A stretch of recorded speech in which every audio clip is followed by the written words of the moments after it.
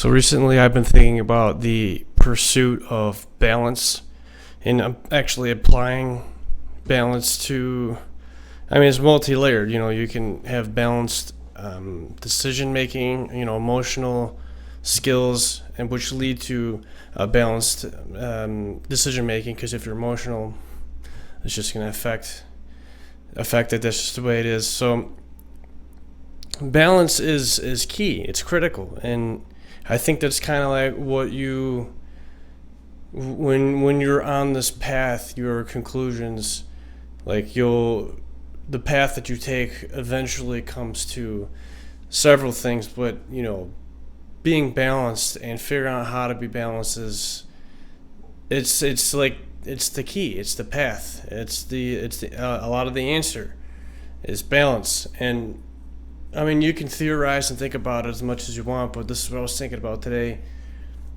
You have to be able to learn, and everyone's different, but you have to be able to learn to apply it. How are you a balanced person? And success is part of it, absolutely, but that doesn't necessarily mean, you have to be a certain level of balance to be like very successful. You have to have somewhat self-discipline. You have to have some kind of drive, be organized in some sort of way.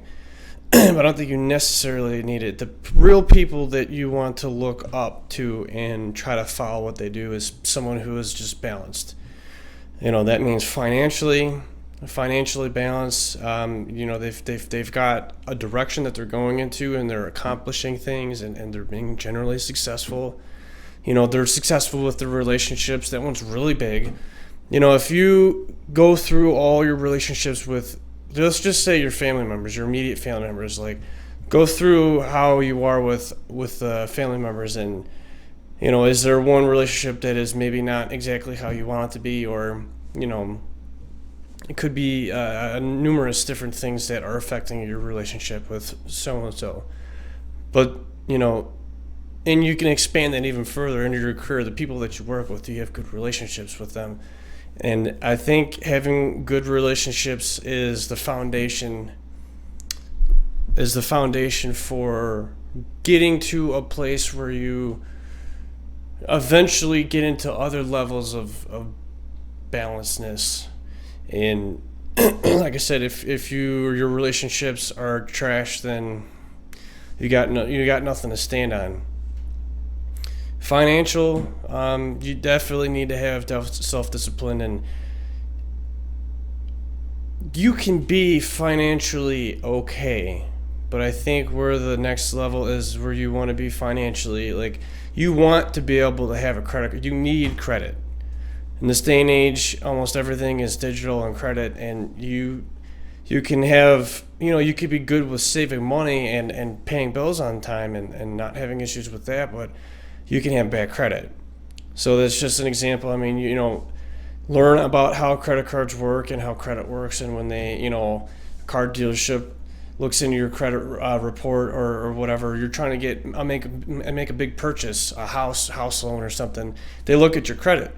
So you need to be able to, it would be wise to, you have an initial credit card, you don't have anything in debt, you don't owe anybody. That's where you want to be, because if you have things in debt, and I've been there, then you're not even at ground zero. You're not even at the starting line. You owe money, right? Like you owe money. You owe people money, and you don't want to be there. You want to be in a place where you don't owe anybody anything. You have good credit. You have one credit card, and you want to be able to use the credit card. And that's what I'm learning is, you could have a credit card where you just use for emergencies, which is fine. But to build credit, they look at how dependable you are with paying off money that you borrow. So, I've got one credit card that I use that I pay a monthly bill. You don't want to max it out. You definitely don't want to max it out, but something that you're using constantly and you're paying and you're good. And then you have a second credit card. And I don't think you should have a ton of credit cards. Unless you're like a banker or you're a super genius and you really know what you're doing, you can't have multiple cards. But this is just where I'm at personally, where I got my money, I got my checking account, got my savings account. I got a credit card that I use here and there when I want stuff, pay the bills, and have a second credit card where you just put in a safe for emergencies only. Now, if you can get there, you're in a pretty good spot. I mean, you don't necessarily have to be pulling in a lot of money to get there. That tells you that you're stable. You can sustain wherever you're living. You can sustain taking care of yourself. You can sustain taking care of a family with no hiccups. You've got a credit card if you got no money, and even at that, you have another safety net of a credit card that you only forget you even have it. It's in the safe. No one touches it. Stuff always comes around the corner. Something with cars or whatever, or you don't have any money and you need it for whatever reason, or someone's asking you for money and you want to be able to help them out. Have a safety net for a safety net, and all of that goes into being balanced and having just a balanced mind and down to the decisions that you make. And politically or ideology, I don't like to pick sides. I understand that it's human nature to pick sides. It's us against them or team A against team B. That's just how human beings are, and is what it is. But I think that you should, problem per problem, you should be able to just decide what is the best, what is the most reasonable way we can go about this problem. And I'm very much right down the middle when it comes to all that. Spiritual, existential thinking, any kind of religious thinking, political, I'm right down the middle. And that in itself is balance, because if you pick a side and you're an extremist to either side, then you pick, if you picture the yin and yang symbol and you pick, you can be all white, or it can be all black. Well, actually, it's all white with a little bit of black and all black with a little bit of white.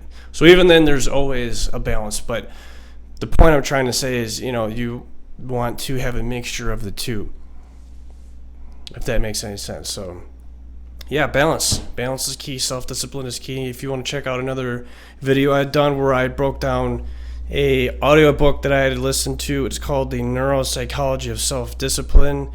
And it's 4 hours long. I briefly gave 10 key points that all self-disciplined people, characteristics that they have. So check that out. If you enjoyed this, please consider subscribing.